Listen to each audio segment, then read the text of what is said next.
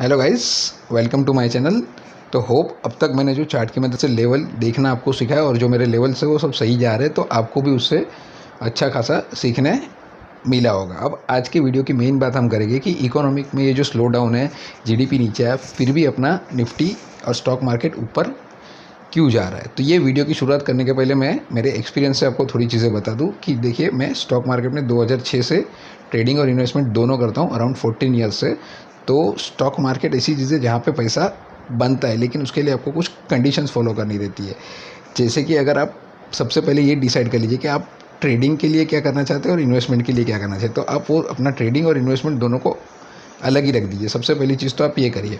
उसके अलावा ट्रेडिंग कर रहे हैं आप, तो ट्रेडिंग में आपको पूरे डिसिप्लिन की ज़रूरत पड़ेगी। अगर आप डिसिप्लिन फॉलो नहीं करेंगे तो आप कभी भी प्रॉफिट नहीं बना पाएंगे। जैसे कि मैं बता दूं आपको, समझो कि ज़्यादातर जो ट्रेडर है वो जब ट्रेड लेते हैं उसके बाद 90% से ज़्यादा ट्रेडर को कई बार पता भी रहता है कि उनका ट्रेड अभी ये गलत चला गया है, लेकिन वो क्या करते हैं, इमोशनल अटैचमेंट की वजह से वही ट्रेड को पकड़ के रखते हैं और उसकी वजह से क्या होता है, फिर ज़्यादा लॉस में निकाल देते हैं और वो स्टॉप लॉस फॉलो नहीं करते।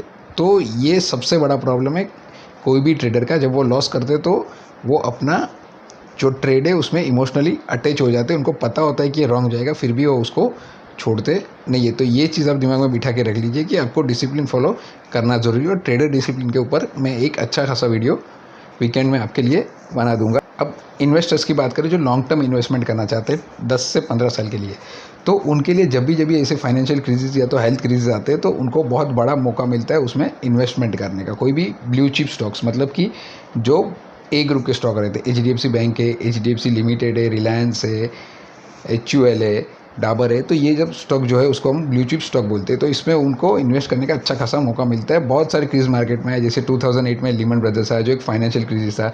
2009 में भारत में सत्यम घोटाला हुआ, 2007 में 2G घोटाला हुआ, और उसके अलावा पॉलिटिक्स की वजह से जो फॉल आया हुआ है मार्केट में, तो वो सब फॉल में इन्वेस्टर के लिए वो बहुत बड़ा मौका है कि इन्वेस्टर अपना इन्वेस्टमेंट बढ़ा ले। अब जैसे कि सेंसेक्स की बात करें तो सेंसेक्स कोई भी क्राइसिस आ जाए, लेकिन हर 10 साल के अंदर वो 3 टाइम्स हुआ है। अब जैसे कि 2010 में सेंसेक्स अराउंड 16,000 था, तो 2019 के आसपास उसने कुछ 41,000 या 42,000 तक का हाई मारा, और अभी चल रहा है सेंसेक्स 33,000। तो अगर यहाँ से समझो कि ये कोरोना वायरस की वजह से थोड़ा और करेक्शन आ भी जाए अगर 26-27,000 तक, तो वहाँ से भी अगर हम 10 साल की बात करें तो 10 साल के बाद 80,000 तक के लेवल हमें सेंसेक्स में देखने को मिल सकते हैं। और अगर सेंसेक्स इतना बढ़ता है तो उसके जो स्टॉक्स है वो हमें 5 to 10 टाइम्स रिटर्न दे सकते हैं। तो मतलब कभी भी क्राइसिस आए तो इन्वेस्टर को हमेशा उसका फ़ायदा उठाना चाहिए और इन्वेस्टमेंट करना चाहिए। अब आज के वीडियो की बात करें तो आज के वीडियो में मैं आपको बताऊंगा कि निफ्टी आने वाले दिनों में कहाँ तक जा सकता है और इकोनॉमिक स्लो डाउन हुआ फिर भी मार्केट ऊपर क्यों जा रहा है। तो चलिए शुरू करते हैं आज का वीडियो। अब बात करते हैं कि इकोनॉमिक स्लो डाउन मतलब अपना जीडीपी भी नीचे आ रहा है, फिर भी इंडेक्स 15-20 दिन से ऊपर क्यों जा रहा है, मतलब स्टॉक मार्केट कंटिन्यूसली ऊपर क्यों जा रहा है 15-20 दिन से। तो इसका रीज़न है कि देखिए, जैसे दिसंबर में कोरोना वायरस का पहला केस चाइना में आया था, उसके बाद चाइना में जो स्पीड से वो केसेस बढ़ रहे थे उससे पूरे वर्ल्ड को आइडिया आ गया था कि अगर वो उनके कंट्री में आएगा तो स्पीड उसकी बढ़ने ही वाली है। और इंडिया का पॉपुलेशन सेकंड हाईएस्ट था, तो इंडिया में जब 30 जनवरी को पॉपुलेशन के हिसाब से पहला कोरोना का केस आया तो आइडिया आ चुका था कि इंडिया में केसेस बढ़ने ही वाले। तो आज की डेट में जो 2 लाख केस है उसका एंटिसिपेशन मार्केट ने वही टाइम पे कर दिया था। इसके लिए वो फरवरी और मार्च महीने में अराउंड 12,400 से लेके 7,600 तक मार्केट को गिरा दिया। तो वो तो एंटिसिपेशन था कि इतना होने वाला है, और लॉकडाउन की वजह से भी जो इफेक्ट होने वाला था वो सारी चीज़ें ऑलरेडी फिगर आउट मार्केट ने पहले से कर ली थी, जिसकी वजह से मार्केट कंटिन्यूसली गिर रहा था। लेकिन अब बात करें क्वार्टर 1 की, तो क्वार्टर 1 में जो रिजल्ट आने वाला है उसमें भी लॉकडाउन था, तो स्टॉक सब रिजल्ट खराब ही देने वाले, वो भी आइडिया मार्केट को था ही। लेकिन अभी मार्केट क्या कर रहा है, आज से 3 महीने बाद की एंटिसिपेशन पे चल रहा है। अब जैसे कि गवर्नमेंट ने, आरबीआई ने जैसे अनाउंस किया कि हमें जो लोन है उसके ऊपर इंटरेस्ट 3 मंथ्स तक नहीं भरना है, लेकिन वो इंटरेस्ट 3 मंथ नहीं भरना है, लेकिन उसके बाद जब हमें भरना रहेगा तो डबल होके भरना रहेगा। तो मतलब जो फाइनेंशियल कंपनी उनको अभी लॉस हो रहा है, लेकिन उसकी बैलेंस शीट आगे जाके वापस सुधरने ही वाली है। उसके अलावा जो ऑटो कंपनीज थी उनके जो सेल्स है वो कम आए, क्योंकि लॉकडाउन था तो कोई बाई नहीं किया। लेकिन अब धीरे धीरे जब गांव और वो सब एरिया में लॉकडाउन खुल रहा है तो जो 2 व्हीलर्स कंपनी है जैसे कि हीरो मोटो पे बजाज ऑटो है, तो उनका अभी थोड़ा थोड़ा प्रोडक्शन स्टार्ट होना चालू हो जाएगा। तो अगर स्टार्ट होगा तो उनके सेल्स भी थोड़ी बहुत बढ़ेगी। तो ये सब जो एंटिसिपेशन हो रहा है वो अभी आने वाले अगले 3-4 महीने के बाद का एंटिसिपेशन मार्केट अभी से कर रहा है। तो इसके लिए मार्केट ऊपर जा रहा है, लेकिन अगर आने वाले 3 महीने में भी अगर सिचुएशन वहीं की वही रही तो वापस मार्केट नीचे भी आ सकता है। लेकिन अभी का जेन्युइन रीज़न यही है कि मार्केट आगे के 2-3 महीनों का एंटिसिपेशन पकड़ के ही चलता है। तो ये जो फॉल आने वाला था वो भी मार्केट ने पहले से एंटिसिपेट कर दिया था, इसके लिए पहले ही गिर गया मार्केट जब केसेस ज़्यादा नहीं थे तब। अब जब केस बढ़ गए तो मार्केट आगे का सोच रहा है कि आगे जाके वैक्सीन आएगी या कुछ सुधार आएगा इकोनॉमी में, तो वो हिसाब से मार्केट अभी चल रहा है। तो होप आपको मेरी ये डिटेल थोड़ी बहुत समझ में आई होगी कि मार्केट ऊपर क्यों जा रहा है। अब बात करते हैं आने वाले 2-3 दिन के लिए जो बचे हैं उस पर निफ्टी कहाँ जा सकता है।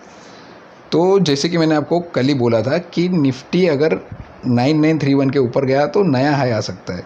तो आज वही चीज़ की, और मैंने आपको रीज़न भी दिया था कि 2 रीज़न थे जो निफ्टी को नीचे नहीं आने देने वाले थे। एक तो वॉल्यूम और दूसरा मैंने आपको बैंक निफ्टी बोला था। और बैंक निफ्टी में मैंने आपको एक कैंडल बोली थी कि जो कैंडल है वो इसके ऊपर जाएगी। ये मैंने कैंडल का प्रेडिक्शन किया था और कैंडल उसके ऊपर बनी, वो भी मैं आपको बैंक निफ्टी के चार्ट में दिखाऊंगा। पहले निफ्टी की बात कर ले तो निफ्टी ने आज ये गैप के ऊपर क्लोजिंग दिया है।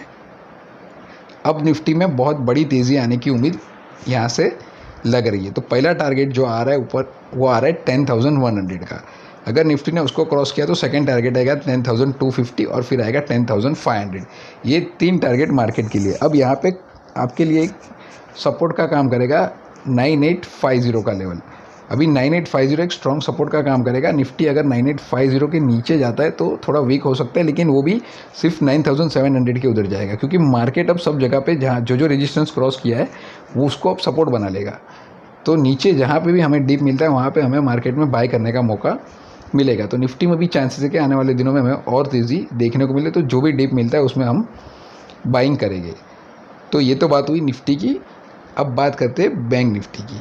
यहाँ पे बैंक निफ्टी की बात करें तो बैंक निफ्टी में जैसे मैंने बोला था कि यहाँ तक कैंडल बनी थी, मैंने बोला था कि अगली कैंडल इसको टच करने की कोशिश करेगा, और हमारा जो कैंडल करने का प्रेडिक्शन था वो परफेक्ट हुआ और कैंडल आज उसको टच कर दी। देख सकते हैं आप यहाँ पे इसको टच कर दिया और इसकी वजह से ही वो निफ्टी को भी ऊपर खींच लिया। अब मैंने आपको बोला था कि अगर ये कैंडल इसको टच करेगी तो अब यहाँ पे जाने की कोशिश करेगी। तो ये लेवल जो आ रहा है वो आ रहा है 21,500 का, जो रेड वाली कैंडल है वो।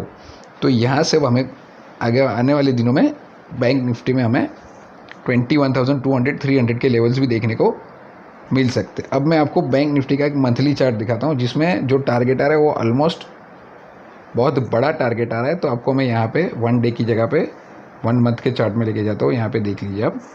तो 1 मंथ में आप देख सकते हैं कि ये देखिए मैंने वर्टिकल फोन रखा है इसके लिए दिख नहीं रहा है, लेकिन ये देखिए जो कैंडल है ना ये मारूबोजू कैंडल है। अभी मारूबोजू कैंडल मैंने आपको समझाया था वाइट कि जब मार्केट लो पे ओपन होता है और हाई पे बंद होता है। तो आज बैंक निफ्टी और निफ्टी दोनों ने वही किया है। तो ये बहुत ही बड़ी बुलिश साइन है। तो अब चांस है कि ये कैंडल के यहाँ तक जो रेड कैंडल बनी थी, ये कैंडल थी मार्च मंथ की। तो ये मार्च मंथ की जो रेड कैंडल बनी थी यहाँ पे उसके सेंटर तक का टारगेट आ सकता है आने वाले दिनों में। मतलब ये मैं कल ही नहीं बोल रहा हूँ, आने वाले दिनों में हमें 24,500 से लेकर 25,000 के लेवल जुलाई मंथ के एंड तक भी देखने को मिले, या तो जून मंथ के एंड में भी दिखाई दे। तो ये तरीके से मैंने ये लेवल निकाला है। तो आप ये लेवल देख सकते हैं कि ये कैंडल के बीचों बीच तक एक बार बैंक निफ्टी आने की कोशिश करेगा। ये कैंडल जो है मार्च की है, ये अप्रैल की, और ये मई की कैंडल है। और देखिए मई की कैंडल भी मैंने आपको सिखाई थी यहाँ पे कि हैमर कैंडल बनती है तो उसके बाद मार्केट घूम जाता है। तो वही चीज़ जून महीने में। तो सब चीज़ें परफेक्ट कैंडल के हिसाब से जा रही है।